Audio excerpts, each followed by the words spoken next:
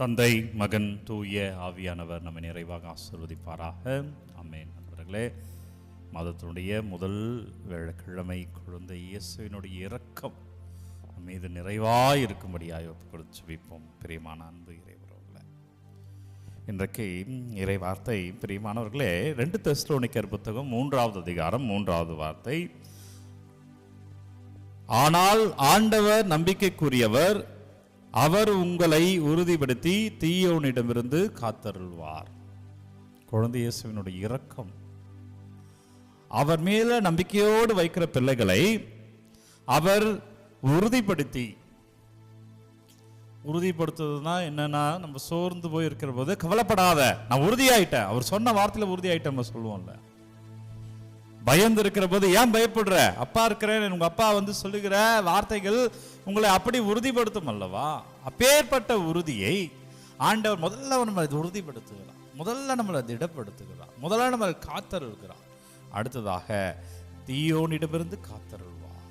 அடுத்ததா எந்த உறுதியற்ற நிலைக்கு காரணம் எதுவோ, என்ன பிரச்சனையோ, அதிலிருந்து நம்மை விடுவிக்கிறார். அவர் நம்மை காத்தருள்கிறார், நம்மளை மீட்டு எடுக்கிறார், அவர் நம்மை பாதுகாக்கிறார். அவருடைய கேடயம் நமக்கு பாதுகாப்பாய் வருகிறது. நம் கண்ணின் கருவிழியை அந்த இமைகள் காப்பது போல, அவர் கண்ணின் கருவிழி போல நம்மை அவர் காத்தருள்கிறார். கோழியினுடைய இறகைக்குள்ளே அந்த கோழி குஞ்சுகள் அரவணைத்து காக்கப்படுவது போல ஆண்டவனுடைய சிறகுகளிலே நாம் காக்கப்பட்ட பிள்ளைகளாக இருப்போம்.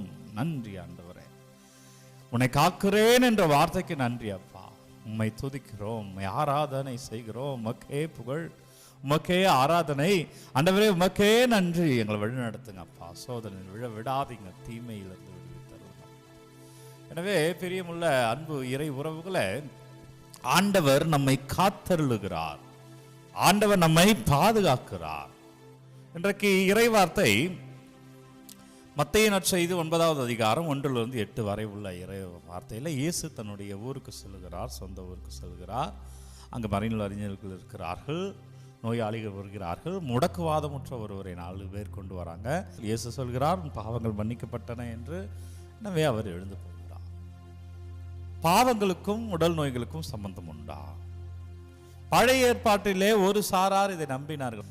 நம்மளுடைய நோய்க்கெல்லாம் காரணம் நம்முடைய பாவங்களே என்று நம்பினார்கள். இயேசு இன்றைக்கு சொன்ன வார்த்தை கூட, உன் பாவங்கள் மன்னிக்கப்பட்டன, எழுந்து உன் படுக்கை எடுத்துக்கொண்டு நட என்று சொன்ன வார்த்தை கூட பாவத்துக்கும் நோய்க்கும் சம்பந்தம் உண்டு என்று சொல்வது போல. ஆனால் பிரியமானவர்களே, சில புனிதர்கள் ஆண்டவருக்கு சாட்சியாய் நோய்களை தாங்க இருக்கிறார்கள், உடல் உபாதைகளோடு ஆண்டவருக்கு நன்றி செலுத்துகிறார். சாட்சியமா சில நேரத்தில் ஆண்டவர் சிலவற்றை தருவார், சோதனைகள்லாம் தருவார், அதை தாங்கிக் கொள்ள வேண்டும் என்றும் இருக்கிறது. எனவே பிரியமானவர்கள், எது எப்படியாக இருந்தாலும் நம்ம ஆண்டவர்கிட்ட கொண்டு வரும்பொழுது, அவர் உடல் நோயில தான் இருந்தார், அவற்றை கொண்டு வருகிற போது ஆசீர்வாதம். உலகியல் ரீதியாக உளவியல் ரீதியாகவும் பார்க்கிற பொழுது பாவம் என்பது என்ன, ஒரு குற்ற உணர்வு இல்லையா? திரும்ப திரும்ப நம்ம செஞ்சுக்கிட்டே இருக்கோம். ஒரு பாவம் செய்யும் போது நமக்குள்ள ஒரு வாய்ஸ் கேட்டுட்டே இருக்கும், செய்யாத, எல்லா தப்பு டயத்தில் நமக்குள்ள சொல்ல வேண்டாம். ஆனால் நம்ம இன்னர் வாய்ஸ்க்கு, அந்த மனசாட்சியின் சத்தத்திற்கு கேட்க செவி கொடுக்காமல் இந்த உலக சத்தத்துக்கு செவி கொடுத்து தவறு செய்து விடும். எனவே அங்கே ஒரு குற்ற உணர்வு வந்து கொண்டே இருக்கும். அந்த பாவங்கள் அதிகமாக அதிகமாக குற்ற உணர்வு, அந்த குற்ற உணர்வு நோயாயும் மாறும். ஆகவே ஒவ்வொரு மன்னிப்பும் உளவியல் ரீதியாகவும் மன்னிப்பு தரப்படுகிறது.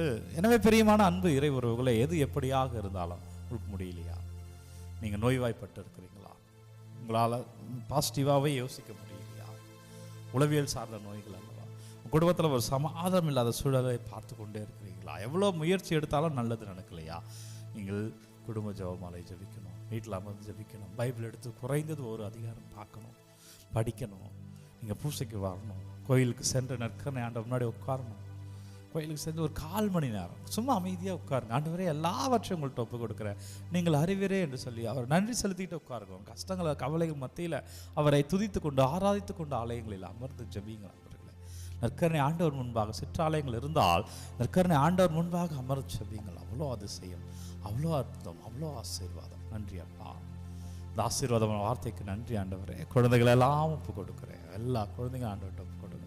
நாம் அனைவருமே ஆண்டவர் பார்வையில் குழந்தைகளாம் நம்மை அர்ப்பணித்து ஜெபிப்போம். ஒவ்வொரு பிள்ளைகளை தொடுங்கப்பா, ஒவ்வொரு பிள்ளைகளையும் ஆசீர்வதிங்க ஆண்டவரே. ஆண்டவரே, இந்த கிருபையா ஒவ்வொரு பிள்ளைகளும் வாழ்வார்களாக. இந்த உலகத்தினுடைய தீமைகள் கெட்டவைகள் எதுவும் பிள்ளைகளை தொடாத நம்ம ஒப்பு கொடுக்கிறேன். பிள்ளைகளெல்லாம் ஆசீர்வதிங்க, வழி நடத்துங்க ராஜா. வல்லமையான இறைவன் உங்களை தொடுவாராக. ஆண்டவர் இயேசு சாமியின் பெயரில் அபிஷேகமாய் இருப்பீர்களாக. வல்லமையான இறை கிருபையில் சாட்சியமாய் வாழ்வீர்களாக. என்னவெல்லாம் விண்ணப்பங்கள் அனுப்பிங்களா அப்பா உங்கள் பாதத்தில் வைக்கிறேன். நீங்கள் ஒவ்வொரு விண்ணப்பங்களையும் ஒவ்வொரு ஜெபத்தையும் கமெண்டில் அனுப்பப்பட்ட ஒவ்வொரு விண்ணப்பங்களையும் தொடுங்க, வழி நடத்துங்க, ஆசீர்வதிங்க.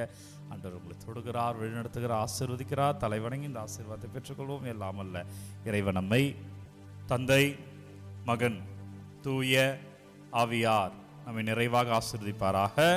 இந்த நாளும் இனிய நாளே. அன்பர்களே, ஒவ்வொரு நாளும் விடிய காலை 3 மணிக்கு இந்த ஆராதனை வழங்கி கொண்டிருக்கிறோம். யாருக்கு தேவைன்னு நினைக்கிறீங்களோ அவங்களோட பகிர்ந்து கொள்ளுங்க. God bless you, take care. அன்பர்களே, விவிலிய டிப்ளமா கோர்ஸ் பைபிள் கமிஷன்லேருந்து நடத்தி கொண்டிருக்கிறோம்.